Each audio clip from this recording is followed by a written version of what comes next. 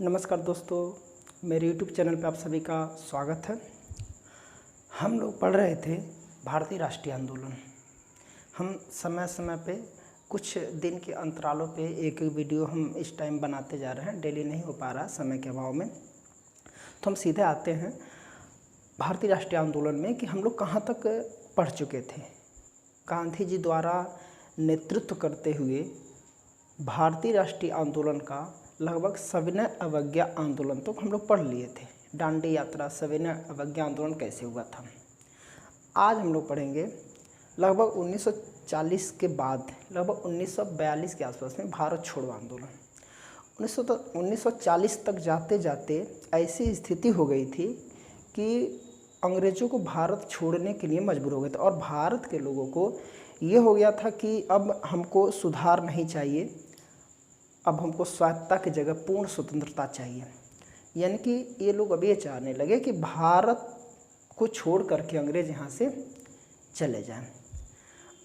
और उधर इंग्लैंड की ऐसी स्थिति आ गई थी कि उन्हें छोड़ने पे मजबूर थे, क्योंकि अपने आंतरिक देश के अंदर की स्थिति चलाने में समर्थ नहीं थे। प्रथम विश्व युद्ध के बाद द्वितीय विश्व युद्ध 1939 में जब द्वितीय विश्व युद्ध हुआ, तो द्वितीय विश्व युद्ध में अंग्रेज़ की ऐसी हालत हो गई थी कि वो भारत छोड़कर जाने के लिए मजबूर हो गए थे। इसी समय लगभग आंदोलन का विचार क्यों आया, ये जैसे सविनय अवज्ञा आंदोलन जब समाप्त हुआ तो फिर आंदोलन का विचार क्यों आया। वर्धा में कांग्रेस की एक समिति गठित हुई और उस समिति में कांग्रेस के अधिकांश सदस्यों ने उस समिति में भाग लिया। और उस समय ये विचार किया गया कि अंग्रेज भारत की समस्याओं का हल ये तभी हो पाएगा जब अंग्रेज हमारे यहाँ से छोड़ करके चले जाएंगे। इसके अलावा और कोई रास्ता नहीं है। तो वर्धा में ये समिति होने के बाद से लगभग जुलाई 1942 के आसपास में वर्धा में समिति हुई और इस तरह से निर्णय लिया गया कि भारत को अंग्रेज को छोड़कर चले जाने में ही भलाई है, तभी भारत का विकास और भारत में कोई भी समस्या का हल हो सकता है। उसके बाद से लगभग 8 अगस्त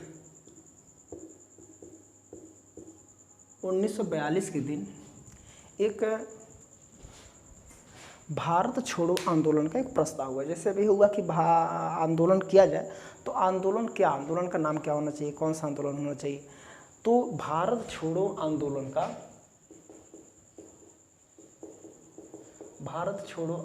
का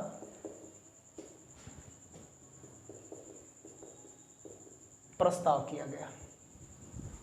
ये एक तरीके से प्रस्ताव था।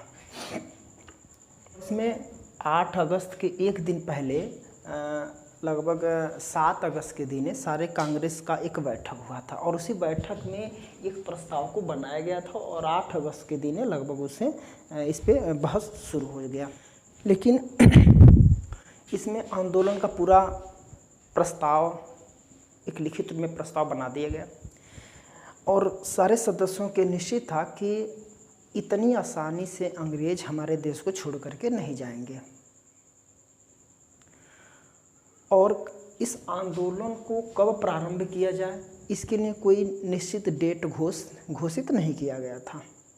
क्यों? इसके पीछे एक कारण था। गांधी जी एक बार अंग्रेज़ों से बात करना चाहते थे। अंग्रेज़ के जो गवर्नर होते थे, जो भी शासक होते थे, उनसे एक बार बात करना चाहते थे, लेकिन बात नहीं बन पाई।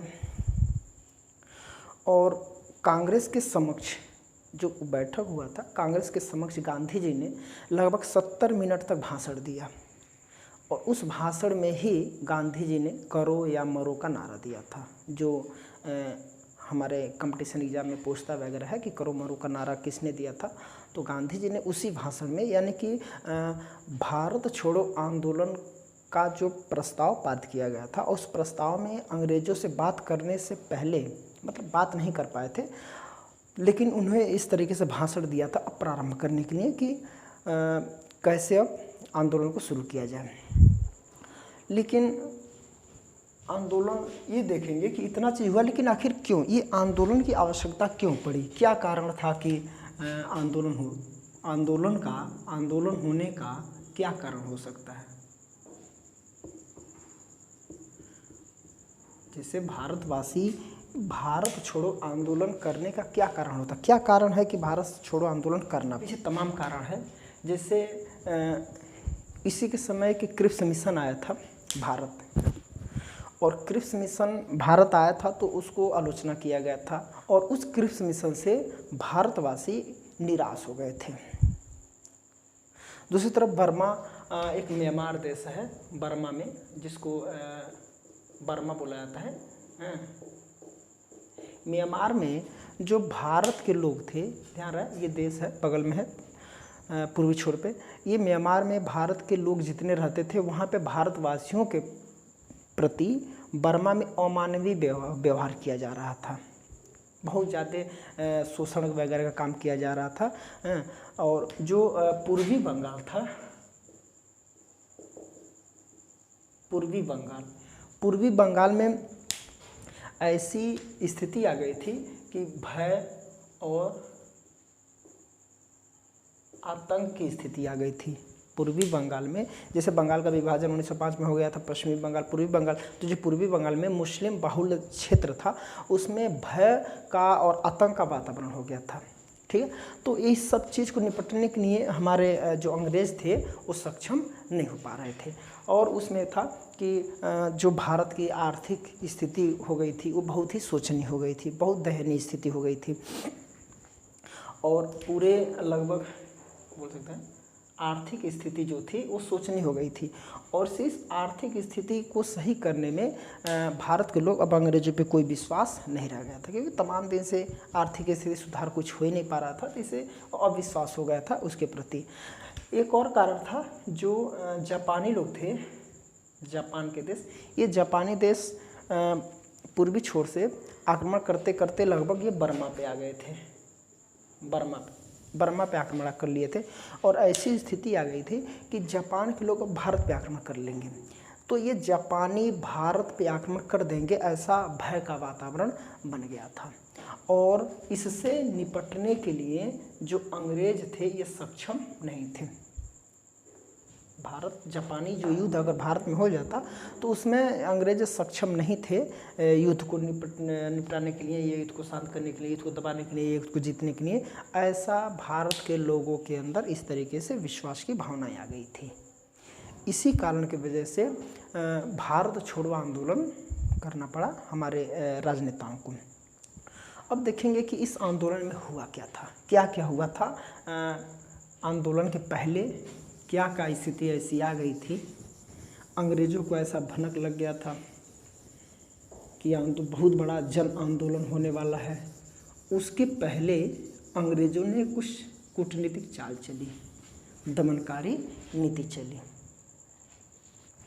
में पढ़ते हम लोग अगस्त क्रांति,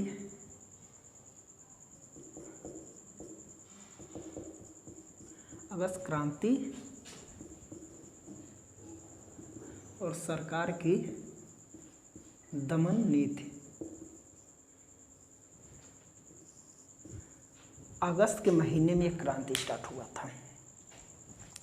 ये लगभग 9 अगस्त की बात है, 9 अगस्त 1942 के आसपास में, 9 अगस्त 1942 क्या हुआ था इस दिन।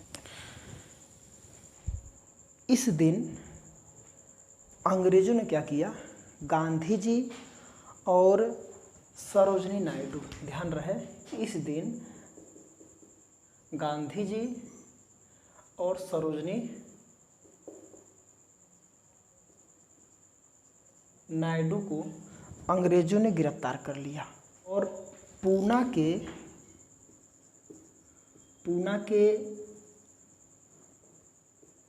आगा खां महल एक है, पूना के आगा खां महल में इनको गांधी जी को और सरोजनी नायडू को अंग्रेज़ों ने गिरफ्तार कर लिया, और पूना के आगा खां एक महल है उसी में उन्होंने क्या किया, बंदी बना लिया। और कांग्रेस के जो अन्य नेता थे, अन्य नेता को भी, जो भी जितने भी कांग्रेस में महत्वपूर्ण नेता थे, उन सारे नेताओं को बंदी बना लिया गया। और उन बंदी बना करके उन्होंने अहमदनगर, एक है अहमदनगर के दुर्ग में कैद कर लिया। अब सोचिए, प्रस्ताव पारित करने के बाद से भारत छोड़ो आंदोलन का पूरा खाका बनाया गया और आंदोलन हुई, अभी स्टार्ट होने वाला था। उसके पहले गांधी जी जो हमारे आंदोलन के मेन मुखिया थे, मेन उत्तरदायित्व थे, क्योंकि उन्हें कांग्रेस ने उन्हीं को उत्तरदायित्व सौंप दिया था कि भाई आप ही हर एक आंदोलन का नेतृत्व करेंगे। और इस आंदोलन का नेतृत्व भी गांधी जी करने वाले थे और कर ही दे रहे थे। लेकिन उसके पहले अंग्रेजों ने ये देखा कि मेन जो नेता है गांधी जी, उसको पहले बंदी बनाओ। सरोजिनी नायडू थी, उनकी भी सहयोगी थी, दोनों लोग को बंदी बना करके आगा खां जेल में डाल दिए गए। और कांग्रेस के जितने भी महत्वपूर्ण नेता थे, उन सारे नेताओं को बंदी बना करके अहमदनगर के दुर्ग में, दुर्ग मतलब होता है किला, वहीं पर उनको बंदी बना लिया गया। और सोचिए, जो मेन नेता हैं, अच्छे नेता हैं, नेतृत्व करता है, आगे रहने वाले नेता, उन्हीं को अंग्रेजों ने क्या किया, पहले ही बंदी बना लिया। अब क्या होगा, कोई तो रीजन होगा क्या, जैसे डाइट आएंगे, इनको बंदी बना कर लेके चले जाएंगे, कोई कारण नहीं बताएंगे। उन्होंने कारण बताया। उन्होंने क्या किया, 9 अगस्त की रात्रि को पहले, मतलब 9 अगस्त के पहले ही इन्होंने क्या किया, अंग्रेजों ने इन लोगों को गिरफ्तार करने से पूर्व एक पत्र प्रकाशित किया,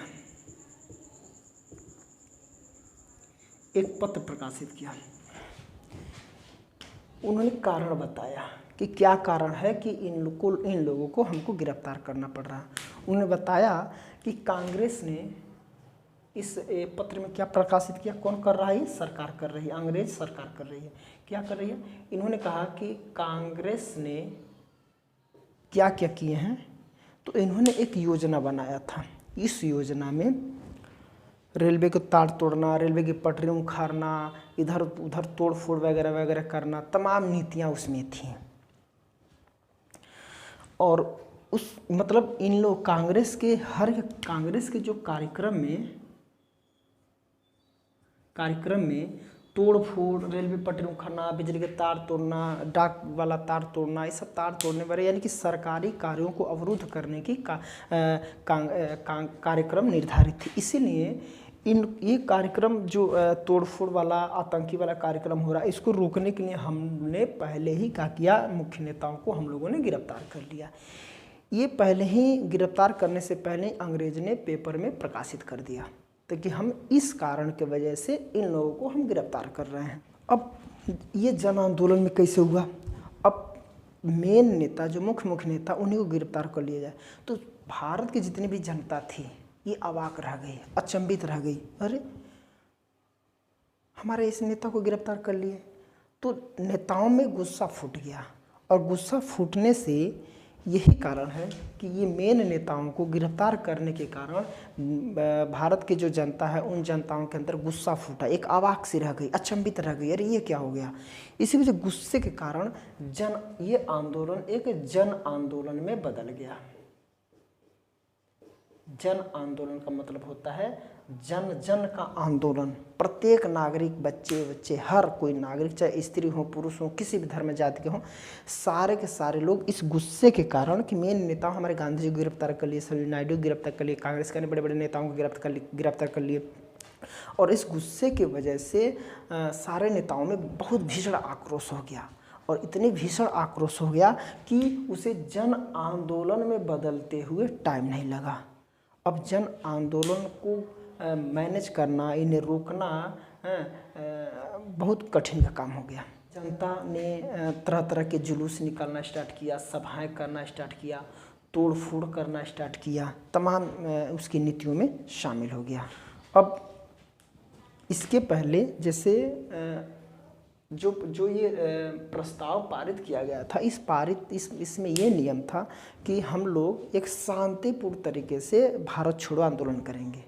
यानी कि अब ऐसा नहीं करेंगे कैसे लेकिन एक शांतिपूर्ण आराम से बैठ करके कहीं आंदोलन करेंगे। और ये आंदोलन का मेरा ये उद्देश्य रहेगा कि भारत हमारे यहाँ से, भारत के लोग, भारत के जो अंदर अंग्रेज है ये हमारे यहाँ से चले जाएं, हमें छोड़ करके चले जाएं। लेकिन इन नेताओं को गिरफ्तार होने के कारण ये जन आंदोलन में बदल गया। और जन आंदोलन में बदलने के कारण जितने भी शांतिपूर्वक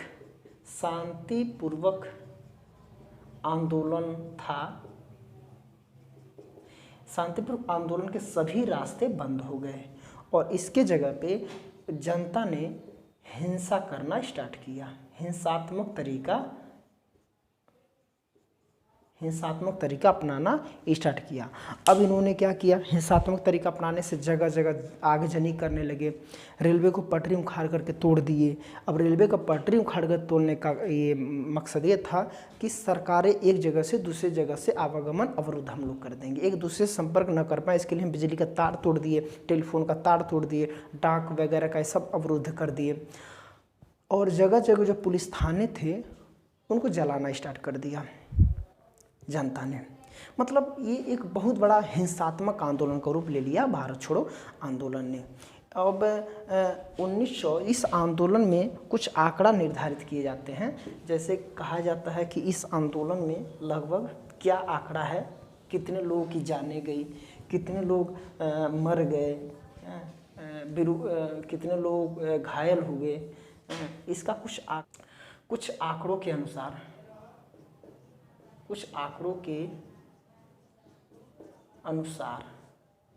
क्या हुआ था।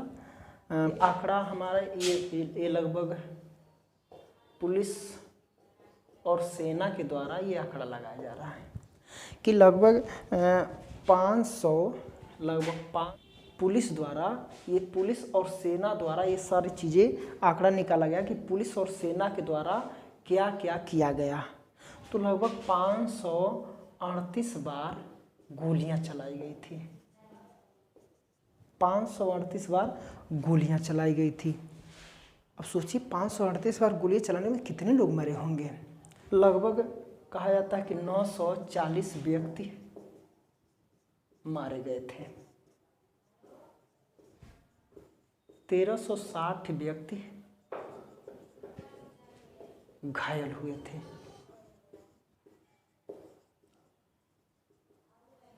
इतने लगभग 60,229 व्यक्ति लगभग क्या हुए थे, गिरफ्तार हुए थे। इस 220 रेलवे स्टेशन है, 220 लगभग ये नष्ट किए गए।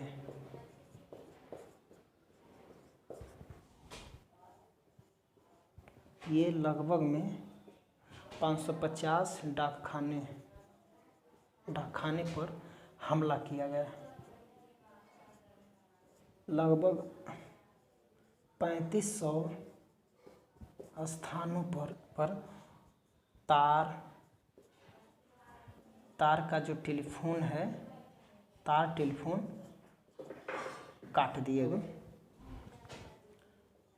70 थाने और 80 सरकारी भवन को लगभग जला दिए गए।